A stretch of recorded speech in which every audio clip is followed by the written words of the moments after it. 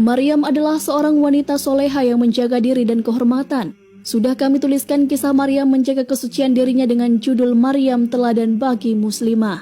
Berita tentang kelahiran Nabi Isa alaihissalam menyebar perlahan. Satu persatu orang tahu bahwa Maryam yang tak bersuami melahirkan anak laki-laki. Saat hendak melahirkan putranya, Maryam menyendiri di ujung timur Masjid Al-Aqsa. Maka Maryam mengandungnya, lalu ia menyisihkan diri dengan kandungannya itu ke tempat yang jauh. Quran Surah Maryam ayat 22.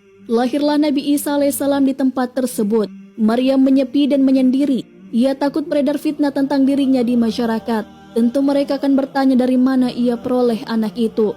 Mana suamimu? Apakah dari zina?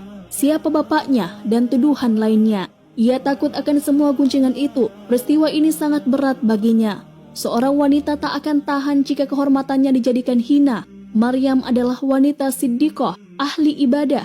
Ia mengabdikan diri di tempat yang suci di tanah yang mulia dan kudus. Disebutkan keluarganya pun menanyakan tentang putranya, tentang Isa bin Maryam.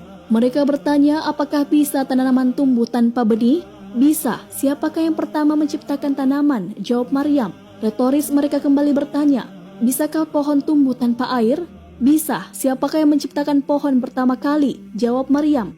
Mereka bertanya lagi untuk yang ketiga kali, bisakah seorang anak lahir tanpa seorang ayah? Maryam menjawab, bisa. Sesungguhnya Allah menciptakan Adam tanpa ayah dan ibu. Mereka pun diam. Keluarga Maryam adalah orang yang mencintai dan mengenalnya. Mereka pun telah mempertanyakan. Timbul sebersit rasa di hati mereka. Lalu bagaimana pula dengan orang-orang yang jauh? Orang-orang fasik, apa yang mereka katakan? Manusia dalam keadaan Nabi Isa alaihissalam ini terbagi menjadi tiga. Pertama, orang-orang Yahudi. Mereka menuduhnya sebagai anak zina karena menurut mereka Maryam berzina dengan Yusuf an-Najjar. Kedua, orang-orang Nasrani. Mereka menganggap Isa sebagai anak Allah dan maha suci Allah dari yang demikian. Ketiga, orang-orang Islam. Mereka memuliakan Nabi Isa sebagai seorang nabi dan rasul, namun tidak berlebih-lebihan terhadapnya dengan mengimaninya sebagai hamba Allah. Maryam pergi ke Bethlehem. Saat sampai di sana ia berucap, aduhai, alangkah baiknya aku mati sebelum ini dan aku menjadi barang yang tidak berarti lagi dilupakan. Quran Surat Maryam ayat 23. Ia berharap seandainya mati karena beratnya keadaan. Lalu Allah Subhanahu wa Ta'ala menghibur Maryam. Maka menyerunya dari tempat yang rendah, janganlah kamu bersedih hati. Sesungguhnya Tuhanmu telah menjadikan anak sungai di bawahmu. Dan goyangkanlah pangkal pohon kurma itu ke arahmu. Niscaya pohon itu akan menggugurkan buah kurma yang masak kepadamu. Maka makan, minum dan bersenang hatilah kamu. Quran Surat Maryam ayat 24 hingga 26. Para ahli tafsir berbeda pendapat tentang siapa yang menyuruh Maryam dalam ayat ini. Sa'id bin Jubair, Ad-Dahak, Amar bin Maimun dan lain-lain menyatakan bahwa itu Jibril. Mujahid, Al-Hasan dan lain-lain menyatakan bahwa Nabi Isa berbicara kepada Maryam. Ia menghiburnya, wahai ibu, janganlah bersedih. Sang anak menunjukkan bahwa kelahirannya adalah mukjizat dan karunia dari Allah Subhanahu wa Ta'ala. Setelah merasa ketenangan, Maryam pulang dan bertemu kaumnya. Mereka berkata, maka Maryam membawa anak itu kepada kaumnya dengan menggendongnya. Kaumnya berkata, hai Maryam, sesungguhnya kamu telah melakukan sesuatu yang amat mungkar. Hai saudara perempuan Harun, ayahmu sekali-kali bukanlah orang yang jahat dan ibumu sekali-kali bukanlah seorang pezina. Quran Surat Maryam ayat 27 hingga 28. Berbeda dengan keluarganya yang mempertanyakan keadaannya, orang-orang fasik langsung menuduh Maryam. Mereka cerca Maryam dengan telah melakukan sesuatu yang sangat mungkar, yakni perzinahan. Mereka bawa-bawa kedua orang tuanya yang baik-baik agar Maryam semakin malu. Mereka tuduh Nabi Zakaria lah yang menzinahinya. Tanpa pengadilan mereka hakimi Zakaria dengan membunuhnya. Di antara mereka juga ada yang membunuh Yusuf an-Najjar, sepupu Maryam, adalah bapaknya Isa. Isa bayi yang penuh berkah. Maryam mengetahui anaknya mampu berbicara bersaksi untuk mereka. Ia pun mengatakan, maka Maryam menunjuk kepada anaknya.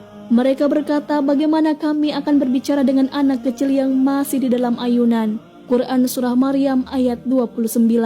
Isa memberikan jawaban dan persaksian, membantah tuduhan keji yang dilemparkan pada ibunya. Berkatalah Isa, sesungguhnya aku ini hamba Allah. Dia memberiku Alkitab atau Injil, dan dia menjadikan aku seorang nabi. Quran Surat Maryam ayat 30. Kalimat pertama dari lisan Isa menegaskan bahwa dia adalah hamba Allah Subhanahu wa Ta'ala, bukan anak Tuhan. Pernyataan ini sekaligus juga membantah tuduhan kaumnya terhadap ibunya. Ia membantah orang yang mengatakannya anak Allah atau anak zina. Allah berfirman, "Dan Dia menjadikan aku seorang yang diberkati di mana saja aku berada. Dan Dia memerintahkan kepada aku mendirikan sholat dan menunaikan zakat selama aku hidup, dan berbakti kepada ibuku. Dan Dia tidak menjadikan aku seseorang yang sombong lagi celaka.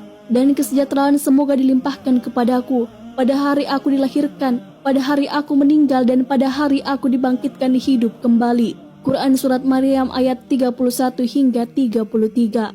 Tidak ada yang tidak mungkin bagi Allah. Begitu mendengar hujatan yang bertubi-tubi diarahkan kepada ibunya, bayi Isa yang ada dalam gendongan ibunya itu bergerak pelan menampakkan dirinya kepada orang-orang itu. Mereka terkejut karena bayi itu sangat elok dan memancarkan cahaya yang memikat. Bukan main terkejutnya para kaum kerabat dan semuanya menyaksikan bayi itu. Bayi itu telah menjelaskan sendiri jati dirinya dengan gamblang. Ia bukan bayi sembarangan. Dengan demikian ibunya pasti wanita pilihan Tuhan. Kabar tentang bayi Maryam yang dapat berbicara segera menyebar kemana-mana dengan cepatnya. Prasangka buruk kepada Maryam kemudian berubah menjadi hormat. Ada yang langsung percaya bahwa bayi Nabi itulah yang mereka tunggu, meski ada yang tetap menolak kenabian Isa karena menganggap anak haram dan sebagainya. Dalam kondisi masih bayi, Isa telah mampu membela kehormatan sang ibu Maryam. "Aku adalah hamba Allah. Dia memberiku Alkitab dan menjadikan diriku seorang nabi," jawab Isa membela ibunya. Padahal saat itu ia masih bayi dan masih dalam gendongan sang ibu. Allah berfirman dalam surah Maryam ayat 34 hingga 35, "Itulah Isa putra Maryam yang mengatakan perkataan yang benar, yang mereka berbantah-bantah tentang kebenarannya. Tidak layak bagi Allah mempunyai anak. Maha suci Dia. Apabila Dia telah menetapkan sesuatu, maka Dia hanya berkata kepadanya, jadilah, maka jadilah ia." Quran Surat Maryam ayat 34 hingga 35. Wallahu a'lam bishawab.